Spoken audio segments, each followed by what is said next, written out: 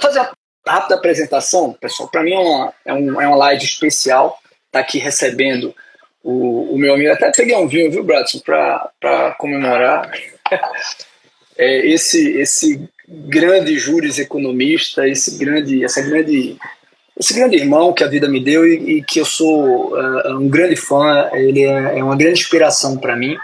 Tá? Então, apresentação formal, ele é procurador do Ministério Público do Tribunal de Contas da Paraíba, né? Muito honra a Corte de Contas paraibana com a sua presença, né? Palestrante, professor universitário, mestre em políticas públicas na Universidade de Chicago, né? Coisa para pouquíssimos brasileiros, né? Pouquíssimos brasileiros.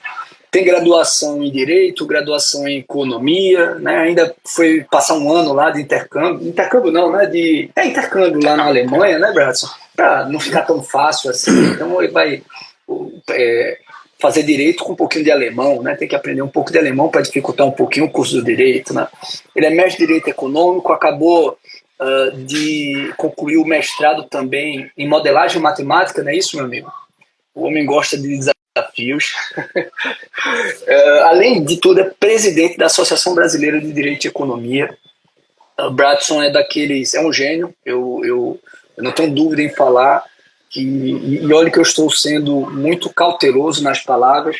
É uma das pessoas mais inteligentes, mais geniais que eu conheci na minha vida. É uma grande inspiração tê-lo como exemplo e como amigo, tá, meu irmão? E pode ter certeza que você é inspiração para mim e para muitos, né? Então, quando eu estou cansado, estou vendo, pô, mas Bradson, essa hora, está estudando, está pesquisando, e muito obrigado por tudo, pelo aprendizado, né? Bradson é o tipo do cara que você falar de qualquer coisa de direito, economia ou física quântica, ou saúde, ou futebol, ele vai ter informações interessantíssimas para acrescentar, e eu sempre aprendo muito dos nossos cafés, as nossas conversas. É sempre muito bom estar com você, meu irmão. Para finalizar, e isso tem a ver também com a nossa live, ele é coautor de alguns livros, né, alguns livros recentes. Um deles eu tive a honra de participar, ao lado do professor Bradson e do professor Marcos Nóbrega, o livro Análise Econômica das Licitações e Contratos, que nós vamos abordar aqui hoje. Também é coautor com a professora Luciana Yang do livro Análise Econômica do Direito, né? E é um livro sensacional. O Análise Econômica das Licitações e Contratos eu sou suspeito para falar, mas o Análise Econômica do Direito, que ele publicou com a professora Luciana, é sensacional porque é muito didático. Eu adoro livros que são objetivos, conseguem passar de maneira didática temas às vezes até áridos, e o livro conseguiu. Parabéns pela proposta desse curso. E um terceiro livro, esse eu tenho que admitir que eu ainda não consegui avançar tanto na leitura, que fala sobre teoria dos jogos e direito tributário, até porque eu já fui avisado pelo coautor que ele foi para além do direito nesse livro, nessa obra, né, trazendo modelos matemáticos também. Então vou focar na tese, depois eu me arvoro a tentar decifrar essa excelente obra. Então, meu querido amigo Bradson Camelo, meu irmão Bradson, é uma grande honra, uma grande alegria sempre recebê-lo aqui nas nossas 10 lives. Eu espero que meu som esteja bom, não esteja com muito ruído aqui, porque eu vim para uma cabine na sala VIP, mas mesmo assim tem muito barulho externo aqui. E quero te dizer que é muito bom sempre recebê-lo, né? E a sua presença, inclusive, trouxe pessoas ilustres aqui, a professora Raquel Carvalho, eu vi que passou aqui, querida professora Raquel Carvalho, a Carmen também passou, e tantos alunos premium que lhe conhecem e sabem muito da sua capacidade, da sua qualidade, do seu conteúdo, e querem aprender um pouco mais sobre análise econômica, né? Porque se tem alguém que pode falar sobre análise econômica nas licitações e contratos, é você, meu amigo. Ei, Rony, queria agradecer sua generosidade de me convidar mais uma vez aqui, e não só de me convidar, né? Você, não vou dizer que mentiu, mas você foi generoso demais nas palavras. Essa é prova da amizade que a gente tem, e a admiração é recíproca, o estímulo é recíproco. Hoje eu cheguei em casa cansado, e aí comentei com minha esposa, comentei com Larissa, como eu sou preguiçoso. Aí ela disse, não, você não é preguiçoso. Eu disse, sou preguiçoso. E aí, enquanto eu tô aqui cansado, o Rony tá viajando e ainda assim vai fazer uma live comigo. Assim, esse cara é incansável. Então, quando eu tô cansado, eu penso que o Rony tá viajando para dar mais um curso, para escrever mais um artigo. Então você realmente motiva não só a mim, mas todos os seus alunos se inspiram em você, meu irmão. Então, a honra é toda minha e agradeço mais uma vez o convite. Ô, irmão, obrigado mesmo. Obrigado de verdade pela inspiração que você me dá, pelo estímulo que você me dá, tá? E pelas aulas que você sempre me dá. Mas vem cá, vamos entrar nos livros para a gente entrar na análise econômica, né? Pessoal, podem fazer as perguntas. Podem fazer as perguntas, a gente vai tentar acompanhar e fazer também um bate-bola, né? Sobre as questões que vocês coloquem, mas eu já trouxe algumas, já pensei em algumas, só que eu queria começar pela história dos livros. Tá? Eu vou fingir que eu não sei a da análise econômica de licitações e contratos, mas fala um pouquinho sobre a história dos livros, né? Qual foi a proposta, como você e os outros autores decidiram escrever, tanto no caso do análise econômica de licitações, como o do curso que você escreveu, um excelente livro com a professora Luciana Yank, e qual a proposta desses dois livros? Como vocês decidiram escrever e qual a proposta de cada um deles? Bem, começando pelo nosso, que foi o primeiro, né, Rony? A gente já tinha uma amizade, eu e você, eu e Marcos. Eu apresentei a gente no almoço, eu apresentei Rony a Marcos, também se tornaram amigos rapidamente.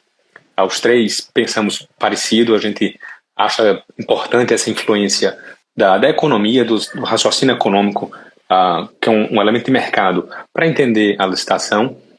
E aí a gente começou a discutir, os três somos entusiastas da matéria, e quando eu estava lá em Chicago, a gente conversou sobre a possibilidade de escrever um livro. Aliás, não sobre a possibilidade, sobre a carência de um livro, um manual, que envolvesse a análise econômica para as licitações de modo prático. Existem alguns artigos soltos, a maioria de economistas, fora do país, mas não tem nenhum livro, que a gente saiba, pelo menos em português, inglês, espanhol, nas línguas ocidentais, não tem nenhum livro específico, um livro um manual que faça uma análise econômica das licitações e contratos administrativos. E aí foi quando surgiu o convite, a gente conversou nós três, e dizendo, não, já que não existe nenhum, a gente tem a chance de fazer o melhor livro do mundo. Só que aí, se fosse algum pessimista, né, dizer, vai ser o pior também. Mas, enfim, a gente decidiu compilar as ideias que existem sobre a forma de contratação, a teoria dos leilões, no sentido amplo, sobre os contratos. Existe muito texto escrito sobre contratos privados, mas sobre contratos administrativos já tem menos. E interrelacionando com o direito brasileiro, menos ainda.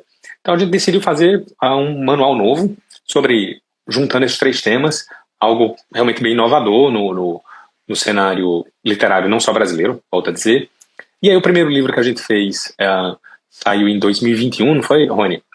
É um livro mais introdutório, assim, a gente trouxe os conceitos básicos porque a ideia era lançar o livro, assim, lançar a ideia. A aceitação foi muito boa, e aí a gente conseguiu aprofundar um pouco mais, trazer elementos de economia comportamental, trazer um pouco mais de teoria dos leilões. E uma coisa que eu acho sensacional é que nós três pensamos parecidos, mas cada um com uma abordagem um pouco diferente. Eu tenho uma formação um pouco mais matemática, você tem uma experiência absurda em licitações e contratos, uma das pessoas que mais tem experiência no Brasil. Eu sou um tradutor para o jurista médio. E Marcos tem muita vivência de Tribunal de Contas, tem umas sacadas práticas muito boas. Então a gente conseguiu unir essas três expertises com o mesmo foco. O foco era o mesmo, mas cada um tinha uma coisa a acrescentar. Então a gente conseguiu fazer isso de modo bem legal. E essa segunda edição, desculpe, você foi modesto, mas eu não vou ser, não. Essa segunda edição está muito legal. E eu volto a dizer, é o melhor livro do mundo sobre o tema. Olha, eu vou ser sério, eu estava lendo, assim, fiz muita pesquisa agora na conclusão da tese, né, livros sobre leilões, obviamente não com a titulação do nosso, mas que falam sobre leilões com a visão mais econômica, né, usando conceitos de análise econômica do direito, e Cara, eu ficava muito orgulhoso do livro, e sobretudo essa segunda edição, porque realmente, se a primeira, a gente pegou muito texto, inclusive, trabalhou algo que já tinha sido construído, assim, a ampliação em muito mérito seu, eu diria, majoritariamente na segunda edição a ampliação, o mérito é seu. Essa segunda edição ficou, ele ampliou, assim, subiu, como o Flamengo foi para um outro patamar, né? E fiquei muito orgulhoso. Enquanto eu li livros de autores conceituados americanos, textos, e eu olhava, putz, mas o nosso fala melhor sobre isso. E eu ficava muito feliz e orgulhoso. Obrigado por ter participado dessa obra com vocês, foi um motivo de orgulho. E com a Luciana Yang, o curso? E com a Luciana, depois de ter publicado o nosso e ter uma aceitação boa, eu pensei, existem vários livros sobre análise econômica, a maioria americano, a maioria inglês e, consequentemente, para o modelo da Common Law. Existem alguns poucos livros sobre a Civil Law, basicamente tem um de um canadense, que é muito bom, falando da Common Law, tem da Civil Law, tem um de um alemão, que é um jurista e um economista, são dois autores muito bons também, mas falam sobre o modelo alemão. E tem um aqui no Brasil, do professor Nuno Garopa e do professor Porto, mas já é um pouco mais avançado. E aí eu pensei, acho que existe uma carência para um livro mais introdutório para o aluno que está querendo começar a ideia.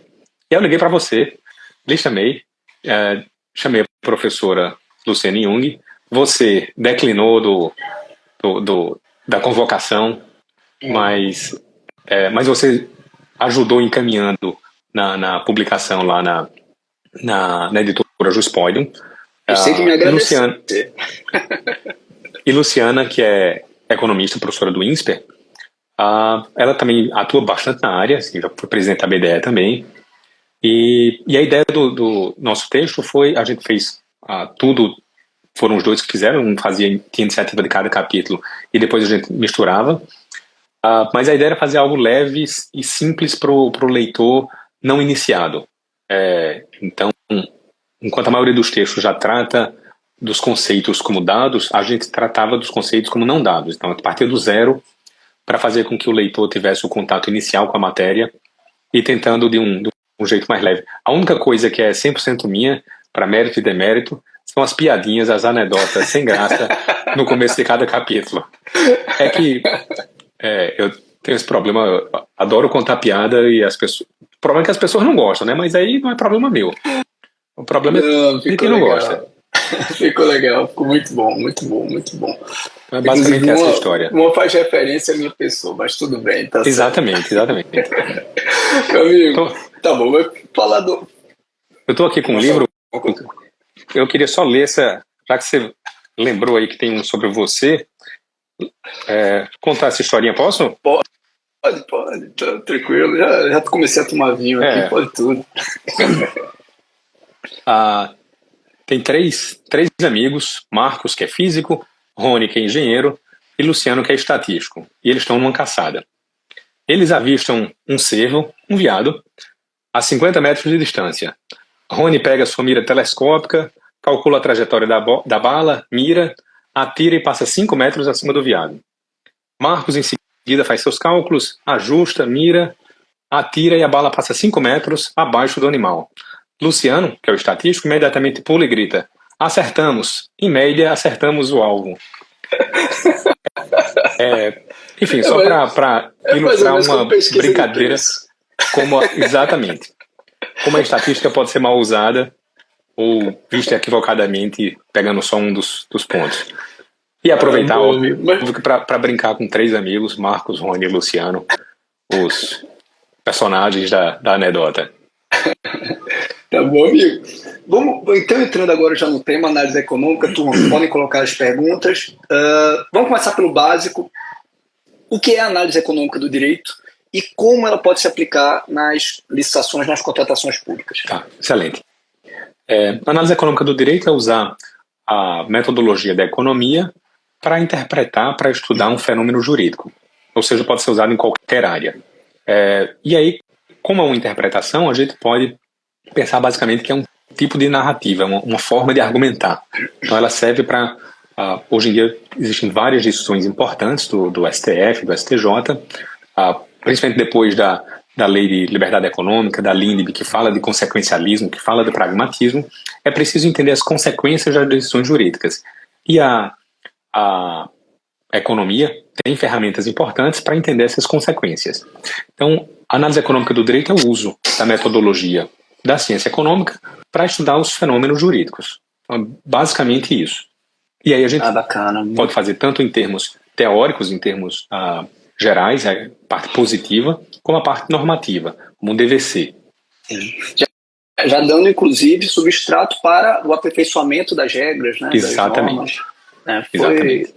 Eu acho sensacional. Cada vez mais eu tento aprender mais com você, com o Marcos, né? Com os que realmente sabem e tentar aplicar. Porque qual o pressuposto básico da economia? É que os agentes são racionais e, consequentemente, eles respondem a incentivos. Isso rege praticamente todas as relações humanas. Então, quase todas as relações humanas a gente pode ver como uma relação econômica, de troca, de estratégias, de traçar estratégias para alcançar alguns resultados. Então, existem muitas... Não é a única forma de você ver o fenômeno, mas é uma forma interessante que ajuda a compreender, principalmente nos dias de hoje, que o Poder Judiciário e o controle de modo geral deixou de ser um controle meramente normativo para ser quase um controle de políticas públicas. Então, as consequências das normas são muito analisadas, não só as consequências das decisões, mas das normas são analisadas para o julgamento do fato. Então, aqui até pegar um ponto que Fabi colocou, exceto licitações e contratos. Pois é, até nas licitações e contratos, a gente tem a própria lei, a nova lei, ela tem muitos elementos que aproximam a administração pública do mercado. Então, a compreensão do que são os fenômenos jurídicos sob o ponto de vista econômico é importante, seja para fazer a licitação ou seja para eventualmente se defender de um problema com controle externo, seja Tribunal de Contas, seja Ministério Público de Contas. Inclusive quando a gente fala lá no livro, né, sobre análise de impacto anulatório, a aplicação do dispositivo de análise de impacto anulatório vai envolver muito isso, né, análise de dados, de consequência, né, e eu achei sempre muito interessante como a própria economia avançou para perceber que, embora os agentes são racionais e embora eles respondam a incentivos, essa racionalidade é limitada, né? E a gente vai falar um pouco sobre isso. Essa racionalidade é limitada e às vezes existem outras coisas que acabam influenciando também as tomadas de decisão. Sim. Mas quais seriam os principais benefícios de utilizar esse raciocínio mais consequencialista? Porque na área de licitação de contratos, e acho que Fabi também colocou por conta disso, a nossa tradição no Brasil, é bom deixar claro, né, isso não é no mundo. Você pegar, por exemplo, em outros países, muitas vezes, como os Estados Unidos, licitação de contrato é uma matéria que tem muita afinidade, relação e está no campo de estudo, por exemplo, da economia. Né? Da economia. Mais do que do jurista, né? Exatamente. Muito mais que do jurista. Mas no Brasil, e isso tem muito a ver com a própria construção das leis gerais de licitações pós-decreto-lei 2300, sobretudo, o 200 de 67, mas sobretudo o 2300, que houve um enfoque muito jurídico, né? Foi construído por juristas o texto da lei, uma tentativa de criar regras que modelassem de maneira exata como a licitação deveria ocorrer. A nossa própria doutrina na área, majoritariamente, tem essa formação, essa formatação mais estritamente jurídica, mais formalista, mais dogmática. E a gente talvez, nos últimos anos, a partir de escritos de autores, inclusive como Marcos, né, que foi um dos precursores nessa análise econômica nas contratações públicas, nós começamos a ter a inserção de diversos pontos dessa análise econômica. Mas licitação a gente ainda precisa avançar. Já tivemos no processo civil, já tivemos em vários ramos do direito. A gente precisa mais nas contratações públicas. Para você, quais os principais benefícios de utilizar a análise econômica nas contratações? A licitação como um todo, ela tem dois enfoques, né? Um é o enfoque de controle, de tentar reduzir corrupção, por isso que a gente não deixa o, o agente tão livre. E o outro é a ideia de proteger o Estado e conseguir uma contratação pelo melhor preço possível. Esses dois enfoques distintos, diferentes, eles têm benefícios diferentes do uso da análise econômica. O primeiro, que é o do controle, é você evitar a corrupção, é uma análise mais jurídica, como você falou, é o histórico da construção das leis tradicionais de licitação. Elas engessam, elas tentam narrar ao máximo como o agente público deve fazer a licitação para reduzir o nível de corrupção.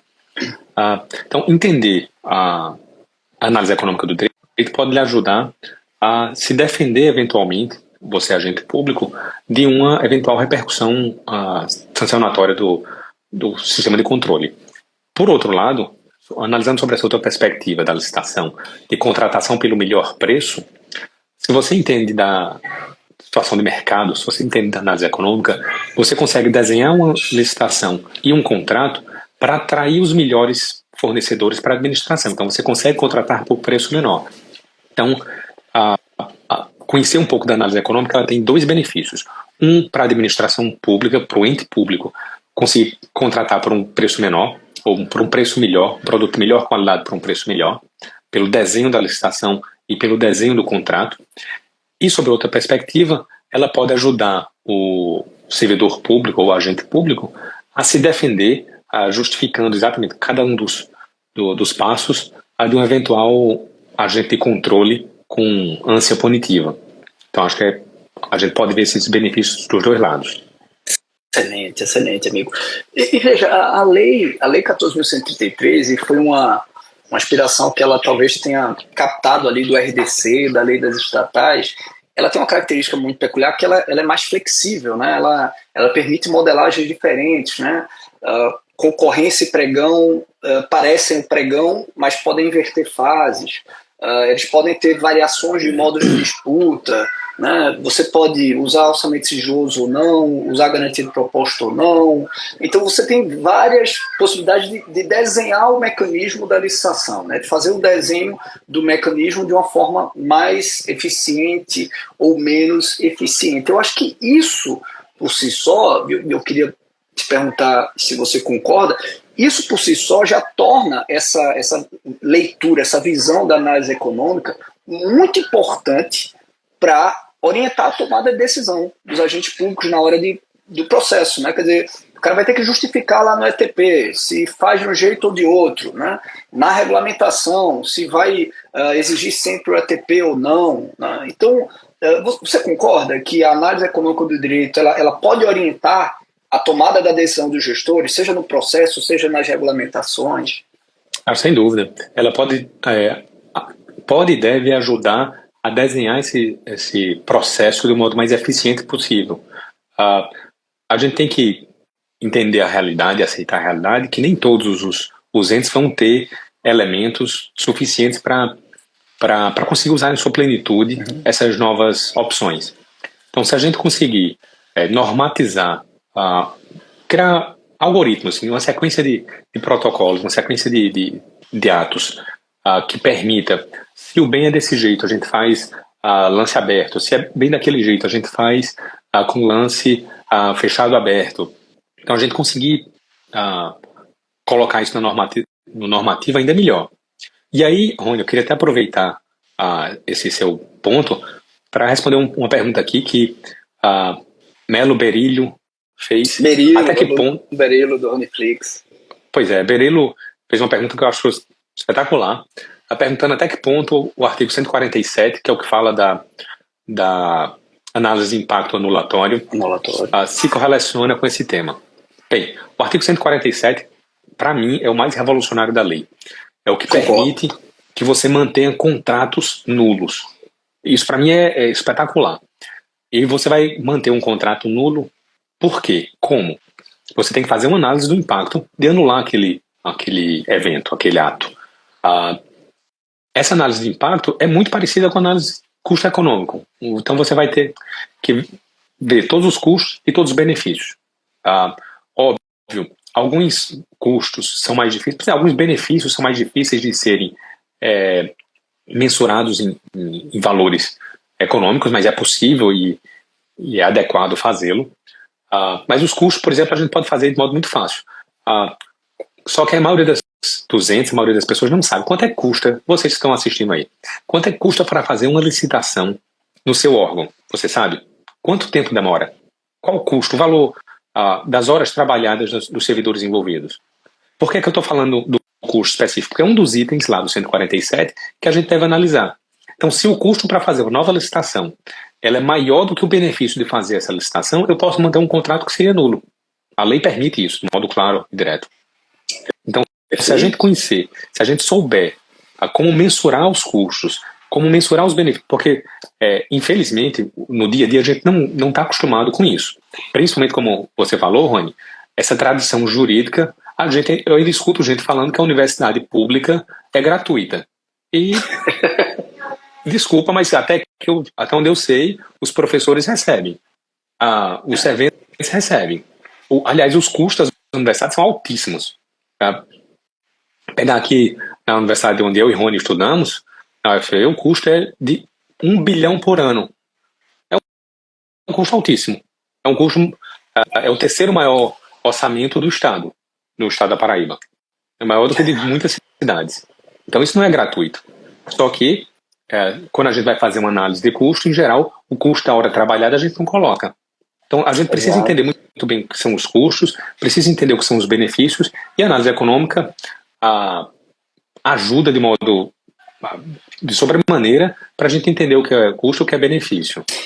Exato. Eu diria que o artigo 147, aí, contribuindo também com a resposta do Danilo, ele é análise econômica na veia. Assim, ele é um dispositivo que tem uma clara influência do utilitarismo, que é a base também para a análise econômica, em que eu não vou simplesmente me submeter a uma aplicação, digamos, inconsequente, como, inclusive, previa a nossa Lei 8666, né? Houve uma irregularidade, o resultado é a invalidação.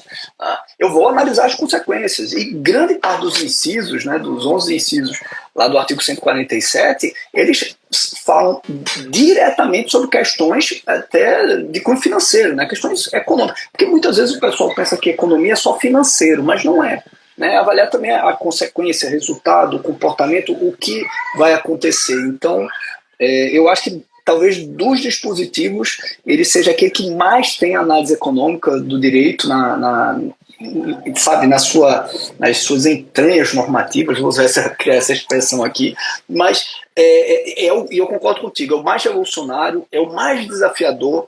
Acredito que nós precisaremos amadurecer institucionalmente órgãos de controle, órgãos de advocacia, gestores públicos, né?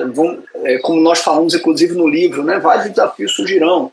Você pode ter, teoricamente, uma decisão do órgão de controle que identifique a irregularidade e recomende a invalidação, e o gestor pode fazer uma análise discricionária e dizer, cara, eu analisei as 11 situações aqui e invalidar é pior. É pior, não é medida de interesse público. Então, quanto que a gente não precisa, talvez, amadurecer institucionalmente para que isso realmente ocorra de maneira correta, também sem abuso, sem decisões equivocadas. Né? Tô muito interessado em ver o primeiro instrumento de análise de impacto anulatório, né? Que tem que ser algo também muito bem confeccionado. Muito bem feito. Até porque se começar a fazer de modo errado, ou de modo arbitrário, como seria esse modo muito solto, o que vai acontecer é o que a economia a gente chama de efeito backlash. Assim, tem uma atuação ultra repressiva do controle e aí matou o instituto, o novo instituto. Perfeito. Precisa tomar cuidado com o uso.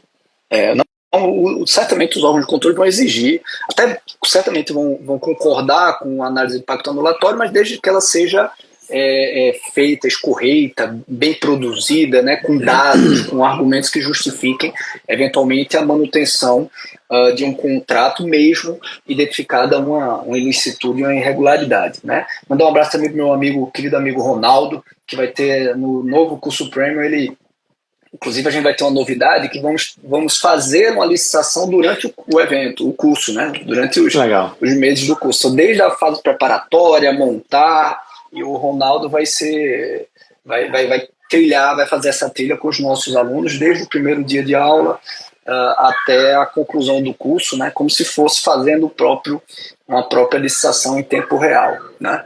Mas, amigo, para a gente entrar também em outras coisas práticas. Antes, Fabi trouxe uma pergunta? Foi, ela trouxe fala à vontade. Ela disse aqui que geralmente os gestores e órgãos de controle não se apegam aos custos das horas trabalhadas. Exato, sim. Isso é um erro histórico que a gente tem, de não. E eu vou até mais adiante. Existe o custo de oportunidade, que é um custo pela troca que a gente tem. Então, por exemplo, se a administração tem ou precisa alugar, ou precisa ter um imóvel próprio e usa esse imóvel.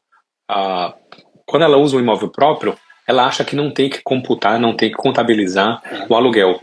Mas existe o custo de oportunidade, porque ela podia estar alugando esse imóvel para terceiros. Então, até isso deve ser contabilizado. Quando você faz uma análise custo-benefício, que é bem comum na economia, você tem toda um ritual para calcular os custos econômicos e os benefícios econômicos. Acho que essa é a ideia. Também, amigo. E Berilo, mandando um abraço, obrigado pela pergunta. Berilo é um querido aluno, está sempre participando muito lá nos nossos grupos, nos nossos cursos. Muito obrigado pela pergunta, amigo. Santana, como vocês entendem a ciranda de regulamentação pelos municípios em relação às suas diversidades? Me permita, amigo, deixa eu falar. Pessoal, Santana, eu tenho ouvido muito falar sobre isso, né? A preocupação com as regulamentações. A verdade é que a estrutura da lei não é mudada pelas regulamentações. As regulamentações, elas fazem adaptações procedimentais na maioria das vezes, e na maioria das vezes em relação a questões internas, né? Veja, o Brasil é um país continental, milhares de municípios, realidades totalmente distintas. É impossível ter uma única regra maximalista, uma única regra descritiva, muito analítica, como é a 14.133, que seja eficiente para a Esplanada, por exemplo, para o município de Itapororoca. Não há como. Se não há como, eu tenho que respeitar o comando que o Constituinte deu de decidir, olha, as regras gerais, as normas estruturantes, a lei federal vale para todo mundo. As regras não gerais, eu tenho que permitir o disciplinamento. A regulamentação é uma competência constitucional dada ao chefe do executivo, seja federal, estadual ou municipal. O chefe do executivo estadual ou municipal tem o direito constitucional, a prerrogativa, a competência de explicar a aplicação da lei lá naquela sua realidade, no pequeno município, né, no estado. Então, eu acredito que, por mais que, óbvio, me preocupe com a uniformização das regras estruturantes, a gente tem que respeitar também a diversidade. E quando a gente vai analisando a história das legislações licitatórias, só existiram 2 momentos na história do Brasil em que a União impôs e os municípios e estados tiveram que aplicar hermeticamente as regras de licitação da União. E foi no período de ditadura de Vargas, né, e na ditadura militar, né, a partir de 68. E vejam, naquelas épocas eram regras, digamos, bem menos analíticas, né? Hoje as regras são muito mais analíticas, procedimentais, detalhadas, o que dificulta ainda mais a aplicação de um único regulamento em totum para o Brasil todo. Então eu acredito que é preciso, sim, controlar para evitar abuso. Tem regulamentação, sinceramente, que está abusando, está indo para situações que desrespeitam as regras estruturantes da lei, mas ao mesmo tempo também tem um certo respeito às competências constitucionais, tanto em relação à legislação para tratar de normas não gerais, como também em relação ao poder regulamentar por estados e municípios. Meu querido amigo, a gente está falando sobre análise econômica e eu vejo muita gente também falar custo transacional, seleção adversa, tal. Eu lembro daquele samba, né? Há muita gente falando de samba e não sabe o que diz. Por isso, respeita a camisa.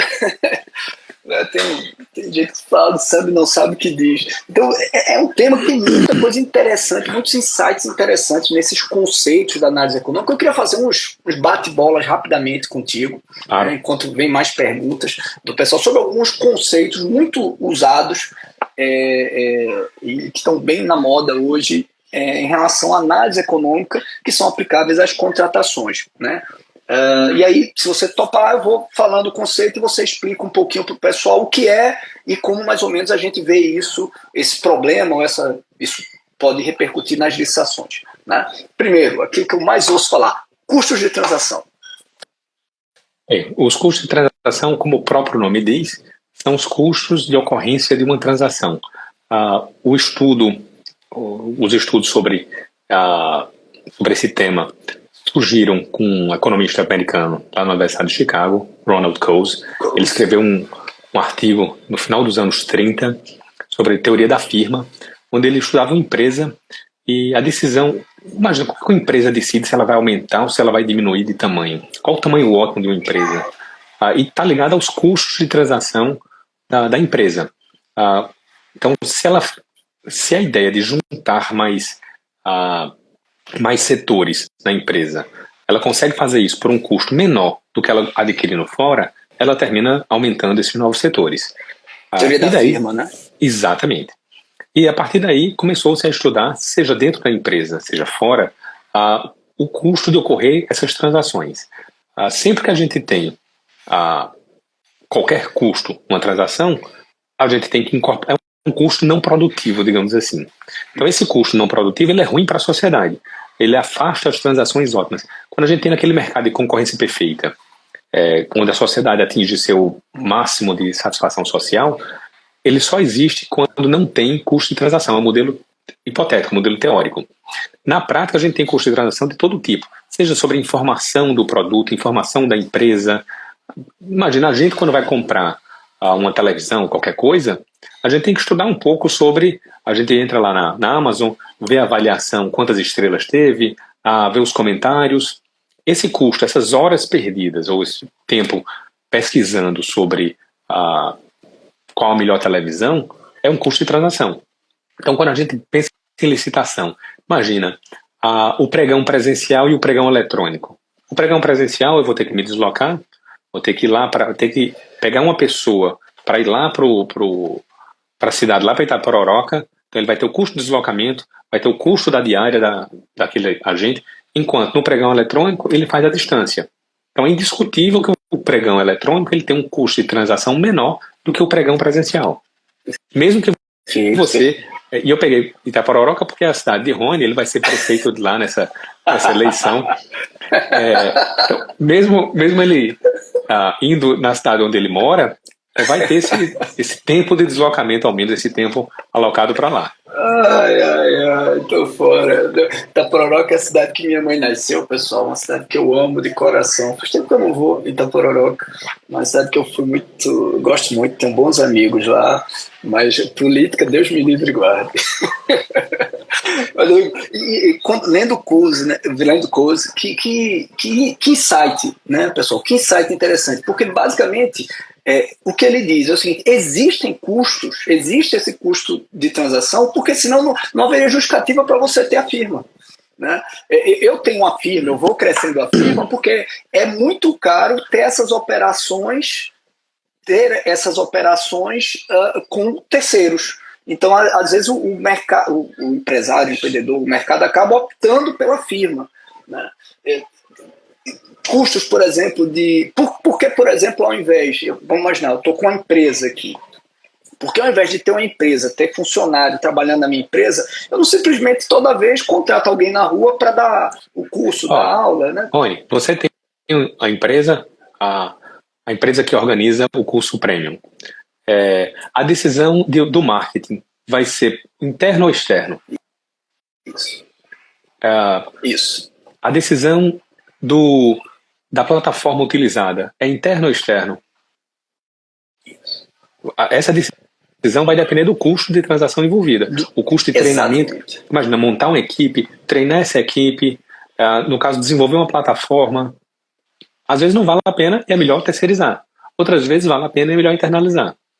Porque terceirizar também tem custos, porque aí você tem que transacionar, tem que encontrar a pessoa. Porque, teoricamente, se não existisse custo de transação, eu não precisaria ter a firma. Toda vez que houvesse uma necessidade, eu ia alocar, pegar um terceiro e dizer, vem cá, faz isso. vem cá, faz isso. Mas imagina, toda vez eu tenho que treinar alguém a fazer aquilo repetidas vezes. Então isso é um custo.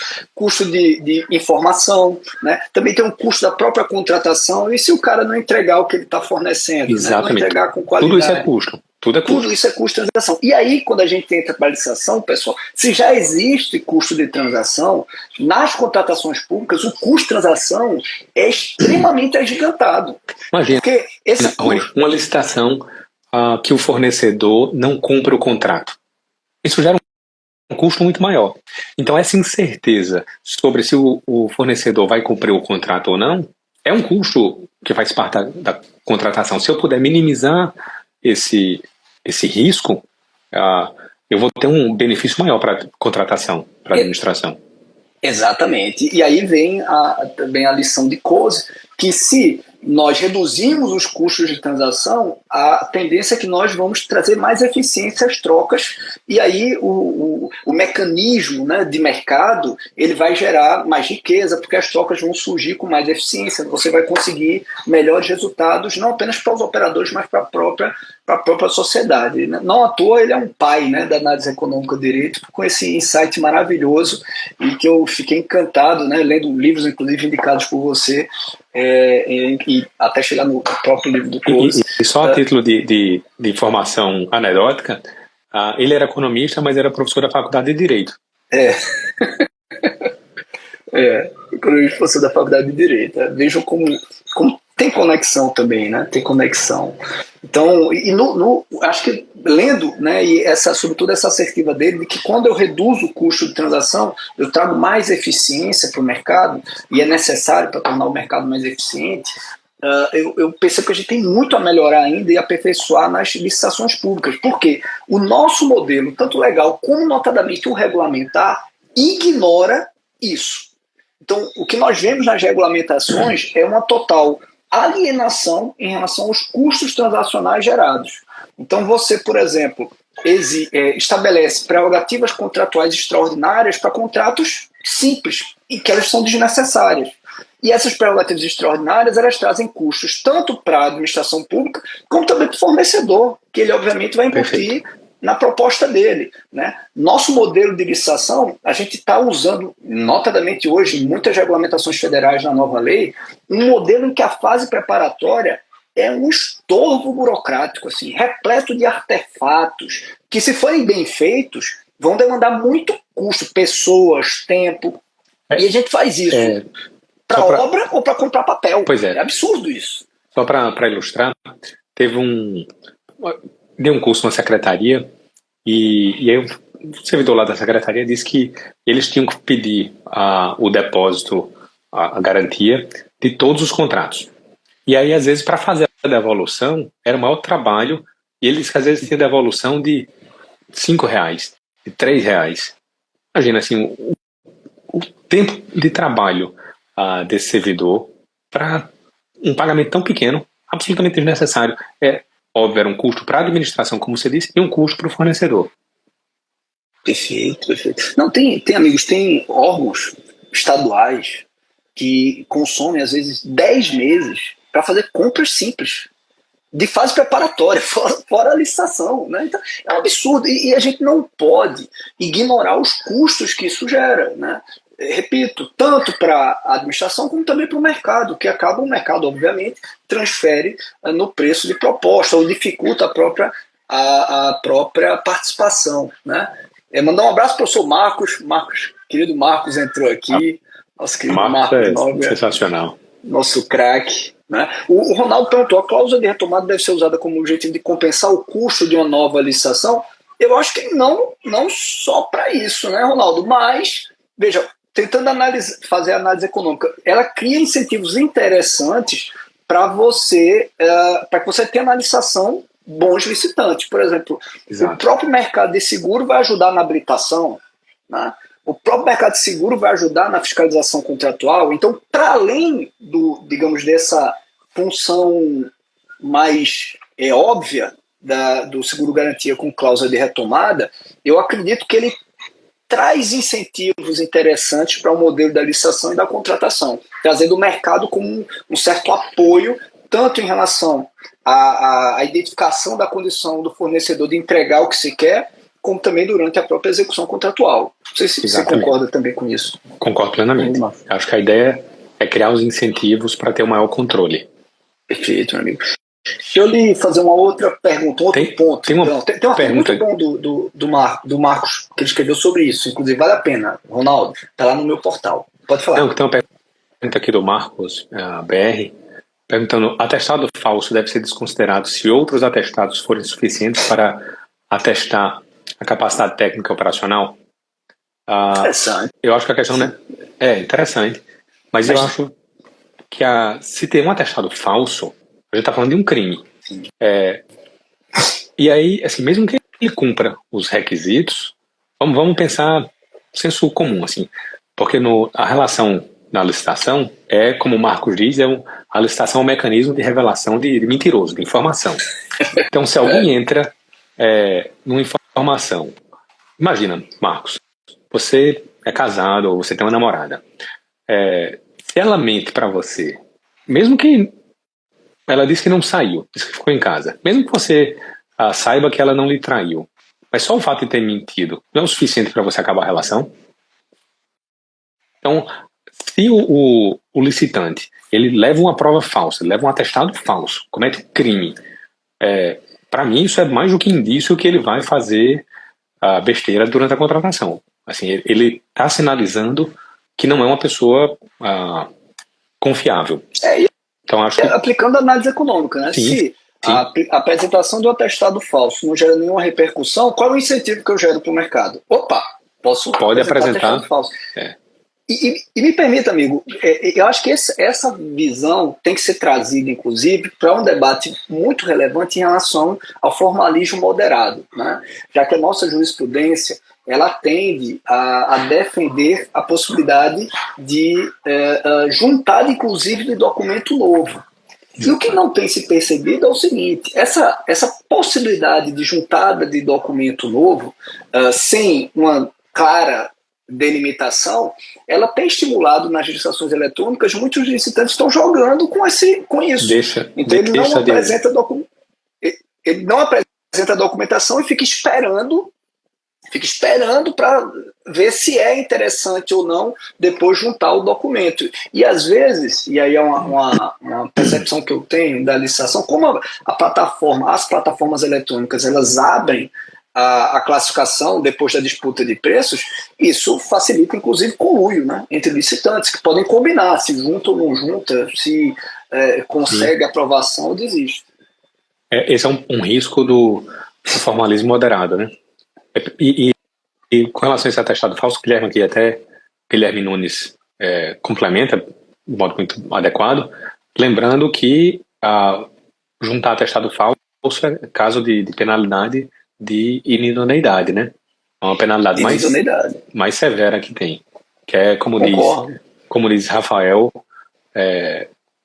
para aquelas almas cebosas, né? Assim, para o cara nojento assim, que praticou uma desgraça.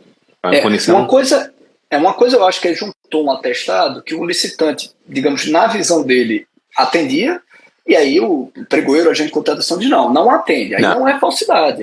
Atestado que é insuficiente, é equivocado. Mas agora, falsificar é crime. É crime. Amigo, era para ser um bate-bola, a gente foi esticando, porque custo transacional talvez seja um dos conceitos mais falados. Tem um economista que ele diz que todas as falhas de mercado podem ser reduzidas a custo de transação. Verdade, eu li isso. Agora não lembro quem foi o autor, mas acho que lembro do Taylor, um artigo dos anos 50. Eu li isso. Não sei se foi no teu livro, mas eu li isso. Olha, então vamos outros temas, né? Vou tentar até ser mais objetivo por conta do tempo. Falhas de mercado. As falhas de mercado são aquelas situações que afastam o mercado do modelo de concorrência perfeita. O modelo de concorrência perfeita é aquele modelo onde naturalmente as partes vão chegar a uma situação ótima de ganha-ganha para o mercado. Então, quais são essas principais situações de falha de mercado? Poder de monopólio. Então, quando uma das partes tem muito poder de mercado, poder de barganha, Externalidade, que é quando no consumo ou na produção parte dos efeitos recai fora. Então, um exemplo clássico é a poluição. Uma fábrica que polui, se a gente não tem regra ambiental, o planejamento, a estrutura de custos da fábrica não vai incluir o custo ambiental, o custo da poluição. Então, isso é uma externalidade negativa. A externalidade pode ser positiva ou negativa. Então, vamos lá. Poder de mercado, externalidade, bens públicos no sentido econômico, são aqueles bens que a gente não consegue, que pela característica do bem, ele não consegue ser praticado pelo mercado. Então, são bens não excludentes e não rivais. Então, o exemplo clássico é segurança pública. Quando você vai prestar segurança pública, até tem um caso interessante para o direito, que não sei se vocês se lembram que os municípios cobravam taxa de iluminação pública. A taxa de iluminação pública era cobrada sobre a iluminação pública, só que taxa para o direito administrativo, ela tem que ser de um objeto uti singuli, algo divisível. Só que você não tem como dividir o que é o consumo de iluminação pública e o que Rony consome de iluminação pública. Para a economia, essa ideia de uti singuli e uti universe é o bem público e bem privado. A iluminação pública é um exemplo de bem público. Você não consegue afastar uma pessoa daquele consumo. Então, para o direito tributário, ele tem que ser financiado através de contribuição ou imposto. E foi lá a decisão do STF nesse sentido. Então, bens públicos são esses bens que a gente não consegue excluir algumas pessoas do seu consumo. E a quarta falha de mercado, extremamente importante para as licitações, são os problemas de assimetria de informação. Quando as duas partes não têm a mesma informação. E na licitação está cheio disso. Tem em dois momentos, seja no momento pré-contratual, que a gente pode ter uma seleção adversa, ou no momento pós-contratual, depois de a gente já ter a relação contratual, que é o risco moral, que é a questão do controle sobre o contratado. Então, de modo bem resumido, são essas quatro falhas e essa ideia. Perfeito. Perguntou aqui, a Marcelinha perguntou sobre a questão da inexigibilidade do fornecedor exclusivo. É justamente a situação do monopólio. É justamente a situação de monopólio, Marcelinha. E aí dificulta realmente porque você não vai ter a possibilidade do mercado construir um mecanismo para que o preço chegue ao, digamos, o preço, ao seu preço marginal, né, o preço ideal, né? Você não vai ter, porque ele tem um certo poder de definir o preço. Mas os outros dois que eu ia falar... Por outro lado, o poder de monopólio pode ser benéfico para a administração. Porque a gente tem tanto poder de monopólio para o lado, como tem o poder de monopólio para quem compra, que é o que chama de monopsônio. Sim, monopsônio. Então, se a gente pensar que sei lá, a União é o único ente que contrata grandes estruturas militares. Sei lá, mas pode ser problemático também, né? Porque aí o poder público pode usar isso e deturpar de modo equivocado. Vamos pensar algo mais simples. Pronto. Aquisição de produtos de alimentos, gêneros alimentícios. Como é que você faz para aumentar o seu poder de monopsônio, o seu poder de compra, seu poder de negociação? Se você é um município grande, você naturalmente já tem esse poder. Mas se você é um município pequeno, lá da Pororoca, você faz o quê? Você faz um consórcio. Quem disse que Pororoca é pequeno, rapaz? Desculpa, prefeito. Você faz um consórcio intermunicipal. Você junta vários atores para fazer uma compra maior. A ideia de ata de registro de preço de você juntar vários órgãos é exatamente aumentar o poder de negociação para o comprador. Então é dar mais força de mercado, mais poder de mercado para o comprador. Perfeito. Seleção adversa, você já falou, né, que é a questão da gente, até por falta de informação, você acabar não escolhendo bem, né, não escolhendo bem. Tem o artigo, né, do Akerlof, que é muito bacana, que ele fala sobre a seleção adversa no mercado de carros usados, mas em licitações a gente até aborda isso no livro. Isso é um problema, por exemplo, no pregão eletrônico. O pregão eletrônico hoje reduziu muito o custo transacional de participação, mas aí tem um monte de empresa aventureira que participa mergulha o preço e está ganhando licitação. Então, no final, você usa a licitação e não consegue escolher o bom fornecedor. Você escolhe o aventureiro que é Mais fuleiro, que não barato. vai entregar, né? Que é mais barato. Então, isso é um processo. Nossas licitações eletrônicas hoje, muitas vezes, conduzem a um resultado de seleção adversa. E Assim um exemplo disso, Rony, em órgão público, naturalmente, é o café. Como no termo de referência, a qualidade do café não está bem descrita, a qualidade do café de órgão público, pelo amor de Deus, hein? Exato. É ruim com força por conta disso, porque os bons se afastam por conta do preço. Assim, eles não vão vender pelo mesmo preço que o café de Itapororoca. Vai dizer que lá em Itapororoca. E aí vou levar você lá numa festa de Itapororoca. E outra, a nossa função enquanto operário, onde é que está também a análise econômica? A nossa função é entender as ferramentas que a lei traz, os incentivos das ferramentas que a lei traz, para montar um modelo da licitação, um mecanismo da licitação, de uma forma a evitar a seleção adversa. E existe, né? Quem é aluno prêmio sabe, a gente fala muito sobre essas ferramentas. Quem não for aluno prêmio, não perca a oportunidade, vá fazer o curso prêmio para aprender, né? A gente fala muito sobre o uso das ferramentas para evitar a seleção adversa na licitação eletrônica. E eu lembro de ter ouvido você mais de uma vez falar que um outro ponto que pode levar à seleção adversa é justamente o problema do calote dos órgãos públicos. Órgãos públicos que não são bons pagadores, obviamente vão afastar bons fornecedores das suas licitações, né? E órgãos públicos bons pagadores não vão, eles sim vão ter bons fornecedores vencendo seus certames. Exatamente.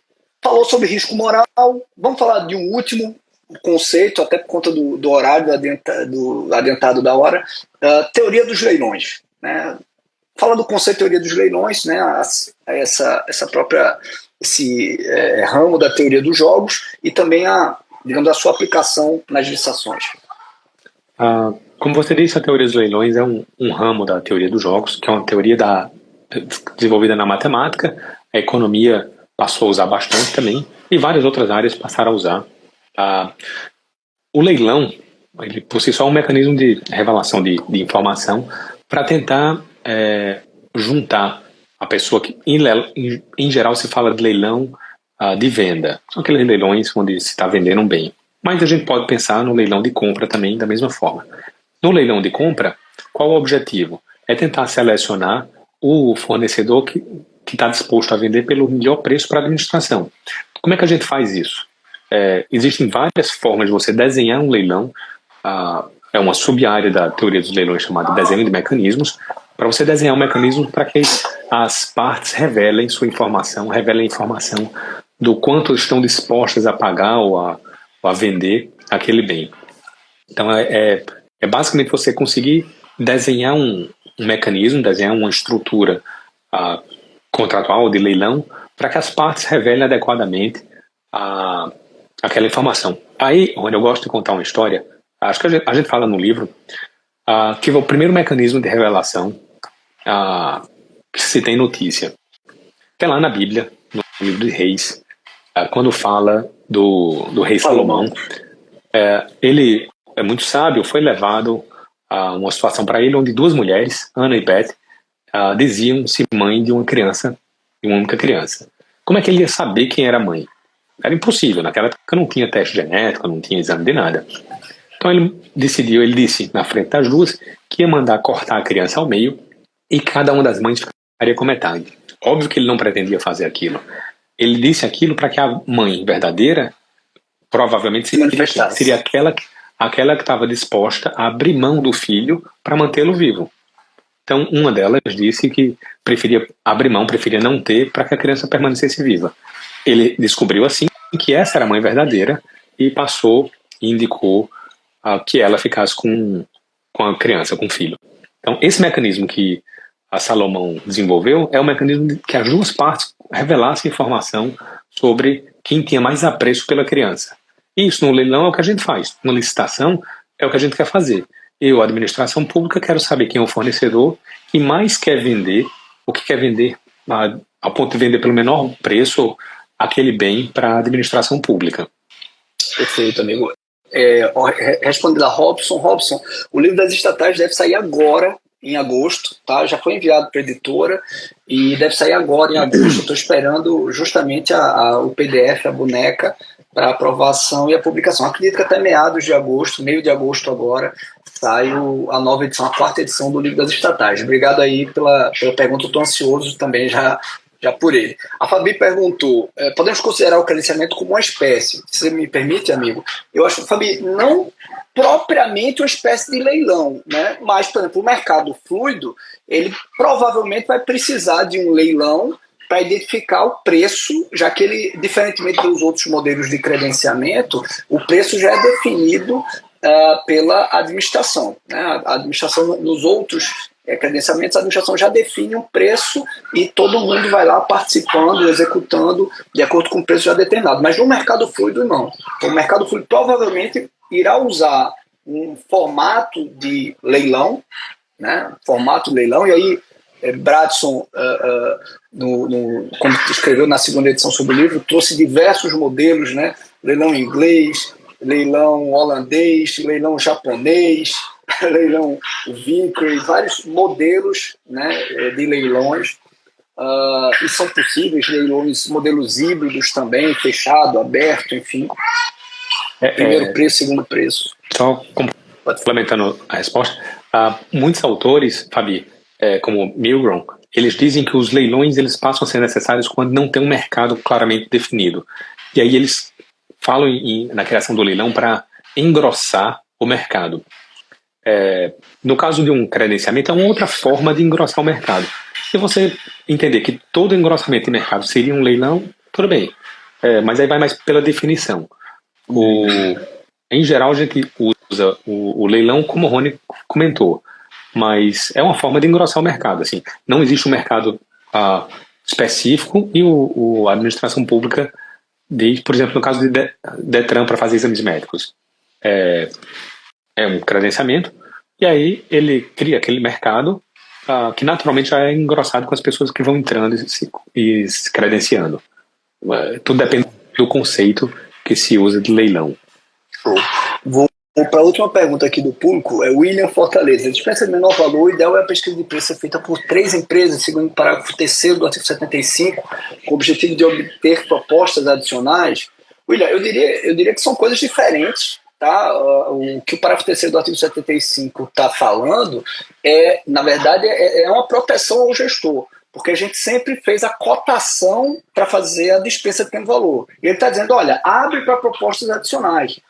Isso bem regulamentado pode ser um instrumento de proteção para quem está fazendo a contratação direta, né? Não confundir com a questão da pesquisa no modelo, por exemplo, que estão nas instruções normativas ou em algumas regulamentações, como uma etapa preparatória. Eu, particularmente, acho que a gente evoluiu nessa área, o modelo de contratação direta era melhor, pelo menos na parte de instrução, em relação à questão de custo, quando você fazia concomitante, né? Eu, particularmente, acho que a cotação, quando ela está na dispensa, ela é muito fidedigna, mais fidedigna que os outros parâmetros. Tá? Deixa eu aproveitar para agradecer a querida Sayugri, né? Sayugri, eu é que agradeço, tá, o convite para participar do evento em Caruaru.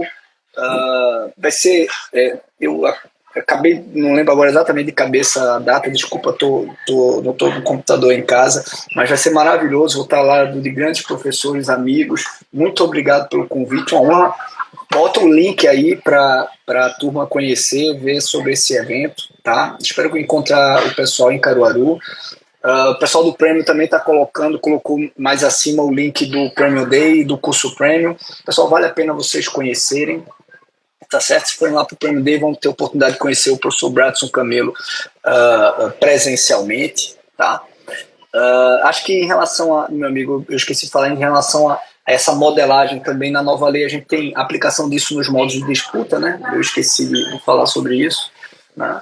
Embora eu particularmente acho que na legislação brasileira o pessoal tem um fetiche por lance que não se justifica. Mas enfim, eu queria, já passei bastante da hora e a sua hora é muito cara, afinal é um Chicago Boy, então a hora de Chicago Boy é em dólar. Queria fazer uma última pergunta, meu irmão, que você consolide, e já nesse momento eu te peço também para para fazer suas considerações finais também para o público que está participando. Mas a última pergunta qual é a tua visão? Né? Diante do que você tem visto de avanços nas licitações, eu acho que a nova lei, mandar um grande abraço também para o meu amigo Ricardo Dantas, a nova lei, eu acho que ela é muito melhor que a Lei 8666, a 14.133, ela é muito melhor que a 8666. O desafio é como nós vamos encarar, interpretar, compreender e regulamentar a nova lei. Ela trouxe coisas muito boas. Às vezes eu vejo o pessoal focar muito nas falhas, sei lá, os 5% de falhas e 10% de falha, e não presta atenção nos 90% de acertos que a 14.133 teve. Eu gosto muito dela, eu gosto muito de arrojos que ela teve, como por exemplo do artigo 147 que você falou, né? E qual a tua visão para esse futuro das licitações, desse novo ambiente, com tanto debate, com tanta discussão, com tanta regulamentação, com ambientes mais dinâmicos como esse, de uma live, em que eu estou tendo a oportunidade de conversar com uma das grandes autoridades, de uma cabine pequena na sala do aeroporto, estou podendo conversar com uma das grandes autoridades da área do Brasil. O pessoal está achando, Rony, que você está no banheiro, lá na cabinezinha do banheiro, fechando. Não, pô. Isso é uma sala aqui, ó. Tá. Pessoal. Mostra que está sentado na privada. Não, tô brincando. Não. Já teriam batido, derrubado a volta já, se fosse. Mas, meu amigo, qual a tua visão sobre o futuro? Qual a tua visão sobre o futuro das licitações? O bombeiro já tinha derrubado a porta. Mas eu tive uma sorte, eu consegui a única cabine que tem aqui na sala VIP do aeroporto de Recife. Consegui a única cabine monopolizada. Ou aí eu no banheiro. Né? Ainda bem que conseguiu essa daí. No banheiro não seria tão confortável. Né? Mas não seria tão ruim porque a gente não ia sentir o cheiro, então... Mas eu sentiria, não seria ruim pra você. E sem falar que a turma necessitada ia derrubar a porta, né? Não ia ser legal. Amigo, mas desculpa, respondendo. Eu vou te fazer a pergunta. Qual é a tua visão sobre o futuro das licitações e em relação a essa incorporação da análise econômica que a gente tem visto avançar nos últimos tempos? Eu concordo com você. A lei tem importantes avanços. Perfeita ela não é, se a gente for olhar o que poderia ser muito mais, mas ela tem avanço importante. Então, se você tem pouco e aumenta um pouquinho, você já tem uma melhora gigantesca. Então, a 8666 era uma lei atrasada, muito atrasada, e a 14133 tem um avanço significativo.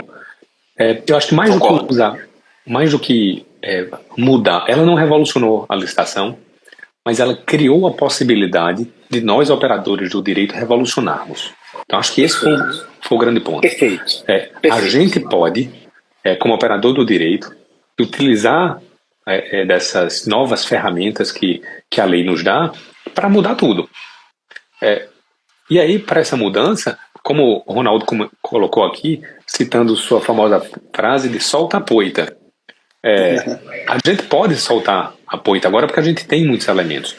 E a 14133 ela veio junto da Lei de Liberdade Econômica, da Lei de Introdução do Direito Brasileiro, que trouxe essas ferramentas de consequencialismo, de pragmatismo, essa lógica que os recursos são escassos e a gente tem que alocar de modo mais eficiente. E que a decisão administrativa, seja do administrador público, seja do Tribunal de Contas, ou a decisão judicial do magistrado, ela tem consequências na vida real. Ela não é só uma decisão jurídica. Então, considerando isso, a gente pode mudar, sim, a licitação. A lei não mudou. Ela criou a possibilidade de mudança. Então, acho que isso foi um grande avanço. E isso aí pode ser meio ingenuidade, mas eu acredito de verdade que essa nova forma de ver o direito com um viés mais prático é capaz de mudar todo o pensamento no mundo jurídico brasileiro, não só em licitação de contratos, em direito administrativo, mas em todas as áreas. Se tornar muito mais próximo da realidade. Um brinde a isso. Amém. Amém. E, Humberto, olha aqui, agora. O seu água. Humberto falou aqui do Premium, ó. Só entrei por conta disso, porque a sala é Premium. E só tomei o vinho também por conta disso, tá? Mas, querido amigo, muito obrigado pela tua disponibilidade, tá? Desejo para você assim, toda a continuidade de sucesso e conquistas. Te agradeço muito por todo o aprendizado, pela companhia. Muito obrigado mesmo. Realmente você é inspirador, meu irmão. Um abração aí, Guilherme, e a todos os queridos amigos, alunos Premium que participaram. Eu agradeço mais uma vez, não só em meu nome, mas de todos os seus alunos. Eu sou sempre seu aluno, aprendo muito com você, pela inspiração que você é como pessoa e como profissional, meu irmão. De verdade, você inspira todos. Opa, olha, então tem alguém querendo usar o banheiro. Não, tô querendo usar a cabine. Meu irmão, você que é inspirador. Pessoal, um grande abraço a todos, Santana, Fátima, Luciana. Pessoal, deem uma olhada lá no site do curso Premium, vale muito a pena para vocês participarem dessa jornada, dessa experiência, tá bom? E desejo a todos uma semana de muita luz, muita saúde, muitas alegrias. E a você, irmão, espero que a gente se veja para tomar outro café em breve. Boa viagem, aproveita aí. Um abraço para todo mundo. Raquel ficou até o final. Heróis da Resistência. Um beijão, Raquel. Um abração. Eita, beijo, tem que pessoal. embarcar. Bom já, tem que embarcar. Um abração, irmão. Tchau.